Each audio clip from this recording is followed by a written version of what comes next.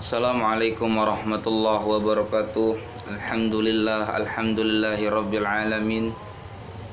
Wassalatu wassalam ala asrafil anbiya'i wal mursalin wa ala alihi wa sahbihi ajmain, amma ba'd. Pertama-tama marilah kita panjatkan puji syukur kita kepada kehadirat Allah.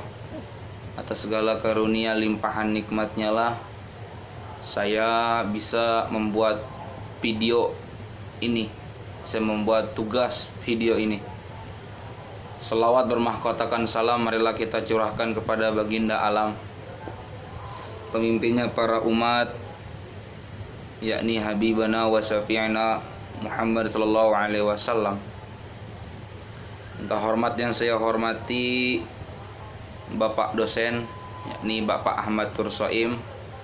Yang saya hormati juga teman-teman yang menonton video saya. Saya yakni mempresentasikan atau mengerjakan tugas saya, yakni tentang mata kuliah Tarikh Tasyrik, tentang hukum Islam pada masa murajihin. Yang pertama, saya akan mempresentasikan tentang faktor penyebab terhentinya ijtihad. Ijtihad secara bahasa adalah mencurahkan kemampuan dan kesungguhan dalam melakukan suatu perbuatan. Faktor sebab-sebab kemunduran ijtihad, yang pertama, satu, berkembangnya roh taklid. Para ulama pada masa ini telah dirasuki perasaan tidak percaya diri, tidak sanggup lagi mencapai derajat yang dicapai oleh para ulama sebelumnya. Oleh karenanya mereka lebih memilih taklid pada salah satu mazhab yang terdahulu yang telah berkembang sebelumnya. Dengan demikian ulama periode ini hanya berupaya membela dan menguatkan paham iman yang dianutnya. Kalau dalam belajar fikih mereka mempelajari langsung dari Al-Quran dan Sunnah, maka dalam periode ini mereka mempelajari kitab-kitab yang disusun para imam yang mereka ikuti, dan mereka melarang seorang fatwa yang menyalahi pendapat seseorang imam yang telah menjadi ikutan mereka. Seperti seorang ulama dari golongan Hanafiyah seperti Abu Hasan Ubaidillah Al-Qarachi berkata, segala ayat atau hadis yang menyalahi pendapat-pendapat ahli-ahli ilmu dalam mazhab kami maka harus ditakwil atau dipandang mansuh. Begitu pula dengan Imam Nawawi, karena beliau tidak mau diberi gelar mujtahid mutlak. Beliau mengatakan, jangan, mujtahid mutlak tidak ada lagi sudah abad ke-4 Hijriah. Hal ini cukup menyatakan bahwa pada masa ini memang telah merasuk benar rasa tidak percaya diri di kalangan para ulama pada fase ini, yang notabene memiliki kemampuan untuk berijtihad. Dan yang kedua, timbulnya fanatik mazhab. Jika di masa sebelum periode ini tidak ada pengikut-pengikut mazhab yang membenci mazhab lain, masing-masing mereka mengikuti mujtahidnya dengan tidak menjelek-jelekan dan tidak saling bermusuhan. Mereka dengan leluasa menganut mazhabnya. Seandainya terjadi ketidaksepahaman pendapat, mereka hanya bersurat-suratan dalam menerangkan kesalahan pendapat atau berdialog secara langsung. Semua itu mereka jalani dengan saling menghormati dan menghargai. Yang kedua, yakni tentang peranan ulama dari aliran yang tumbuh. Selain menjelaskan berbagai penyebab terjadinya taklid, sepanjang fase ini lebih lanjut berakibat pada kemunduran dan kekakuan fikih Islam. Maka perlu dijelaskan beberapa upaya dan kontribusi yang sudah dilakukan oleh para ulama untuk mengembangkan fikih Islam pada periode ini. Dengan begitu, kita tidak menzalimi karya fikih mereka, yang berputar di sekeliling mazhab-mazhab yang ada. Walaupun upaya ini tidak sampai melahirkan mazhab baru yang memiliki prinsip-prinsip sendiri seperti yang pernah dilakukan oleh pendahulunya, dan upaya mereka hanya sebatas memperluas pemahaman mazhab yang diikuti mereka. Yang ketiga dalam periode murajihin, yakni usaha-usaha ulama pada periode ini, pada periode murajihin. Walaupun ulama periode ini telah mengekang dirinya dengan taklid dan mengikat dirinya dengan mengikuti imam tertentu dalam hukum dan fatwa, namun ada juga usaha-usaha mereka harus kita ketahui, dan ini membuktikan bahwa rok taklid buta, belum merata benar.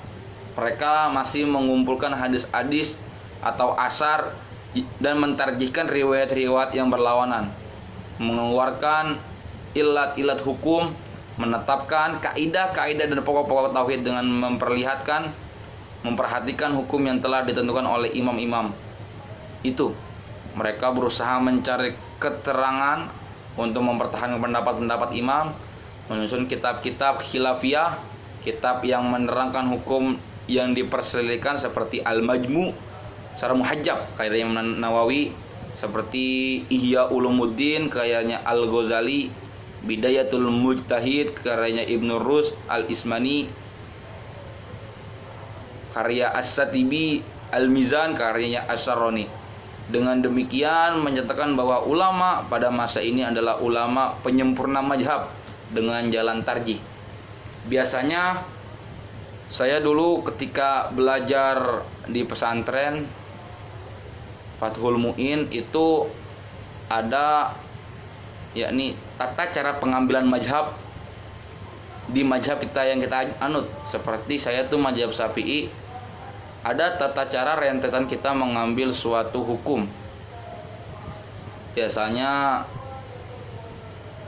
apabila ada suatu pendapat Imam Nawawi dan Imam Rafi'i atau Imam Romli, mana yang dapat didahulukan. Dan apabila ada pendapatnya Imam Ibnu Hajar Al-Haytami, apa yang dapat dilakukan. Biasanya begitu. Dan yang keempat, para fuqaha pada periode ini. Yang pertama, satu golongan Hanafiyah, yakni Abu Hasan Ubaidillah Ibnu Hasan Al-Karahi dan Abu Bakar Ahmad Ibni Ali Ar-Razi Al-Jaswasi, Abu Ja'far Muhammad bin Abdullah, Abu Lais An-Nasir, Abu Ubdillah bin Yusuf, Abdul Husain Ahmad Ibni Muhammad, Abu Zaid Ubadillah, dan lain-lain. Sedangkan dalam golongan Malikiyah seperti Muhammad Ibnu Yahya, Ibnu Lubabah, Bakar Ibnu Ala Al-Qusairi, Abu Ishaq Muhammad Ibnu Sa'ban Al-Ansi, Muhammad Ibnu Haris atau Abu Bakar Muhammad bin Abdullah bin Yusuf Umar. Dari golongan Syafi'iyah yakni Abu Ishaq Ibrahim Ibni Ahmad Al-Mawarzi, Abu Ahmad Muhammad Ibni As-Sa'id, Abu Bakar Ahmad Ibni Ishaq, Abu Ali Husain Ibni Husain atau Imam Rafi'i, Imam An-Nawawi, Imam Ibnu Hajar Al-Haytami, dan Abu Qasim Abdul Aziz, Abu Qasim Abdul Wahid Ibnul Husain. Dari golongan Hambaliyah yakni Ahmad Ibni Ja'far, Ahmad Ibni Ja'far Ibnu Amdan, Ahmad Ibnu Muhammad bin Hamzah, dan Umar bin Husain bin Abdullah. Yang kelima, tingkatan masa taklid dan zumud. Para ulama tidak sekaligus meninggalkan ijtihad, melainkan berangsur-angsur. Karena itu dapatlah kita membedakan antara masa sebelum pertengahan abad 7 Hijriah, yaitu 656 Hijriah, yaitu masa ketika jatuhnya kerajaan Abbasiyah di Baghdad dengan terbunuhnya Al-Mu'tasim, dengan masa sesudahnya. Dalam masa itulah para ulama menghadapkan dirinya kepada taklid.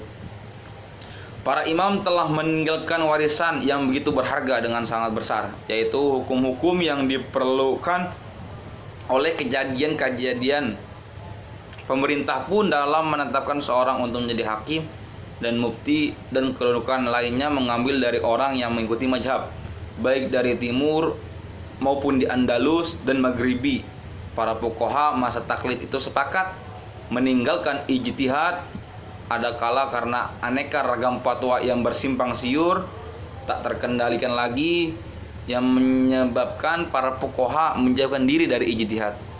Ada kalanya karena sudah malas untuk berijtihad, memang pahamnya sudah bertumbuk pada pendapat-pendapat bahwa pintu ijtihad sudah tertutup. Yang keenam, sistem hukum pada masa taklid. Setelah seorang ulama yang bernama Muhammad Ibn Jarir At-Tabari wafat pada tahun 531 Hijriah, tidak ditemukan lagi orang yang menyatakan dirinya sampai pada tingkat mujtahid mustakil, baik dalam berfatwa maupun dalam mengistimbat hukum, serta mengambil hukum-hukum dari Al-Quran dan Sunnah tanpa terkait dengan pemikiran salah seorang imam mereka, menganggap bahwa kemampuan tidak kuat untuk menggali ilmu dari Al-Quran dan Sunnah, serta mereka bukanlah ahli untuk melihat pada keduanya dan mengistibat dari keduanya.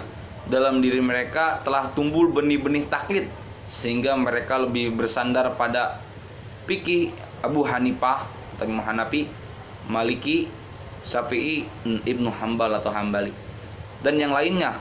Yang mazhab tersebar ketika itu mereka membatasi dirinya pada ruang lingkup yang dijadikan pokok-pokok mazhab tersebut tanpa melampaui batas dan melewati batas. Setiap mereka menetapi satu mazhab tertentu tanpa melampaui dan mengerahkan semua kekuatan dan mendukung mazhab tersebut, baik secara global maupun secara rinci. Kesimpulannya yakni adalah taklid adalah melaksanakan atau mengikuti pendapat orang lain tanpa disertai hujah yang kuat. Sedangkan jumud dapat diartikan dengan jumhur ulama, maksudnya yaitu mengikuti apa yang dipatwakan oleh ulama tanpa berpikir lagi. Yang kedua, para ulama masa taklid dan jumud berperan antara lain ialah memperluas pemahaman mazhab yang diikuti. Selain itu, upaya yang mereka lakukan yaitu mengulangi orang-orang dan taklid buta agar umat tetap berada di jalan yang benar. Yang ketiga, aliran yang muncul pada masa taklid dan jumud berupa mazhab-mazhab seperti Syafi'i, Hambali, Maliki, dan Hanafi. Sistem hukum yang digunakan pada masa itu ialah mengambil keputusan hukum melalui kitab-kitab mazhab, mengingat pada masa itu banyak ulama yang tidak mencukupi syarat mujtahid untuk mengambil keputusan dari Al-Quran dan Sunnah. Sekian dari saya. Apabila ada yang perlu ditambahkan, benarnya dari saya, salahnya. Sekian dari saya, kurang lebihnya mohon maaf. Apabila ada kata-kata yang salah, mohon dimaafkan. Assalamualaikum warahmatullahi wabarakatuh.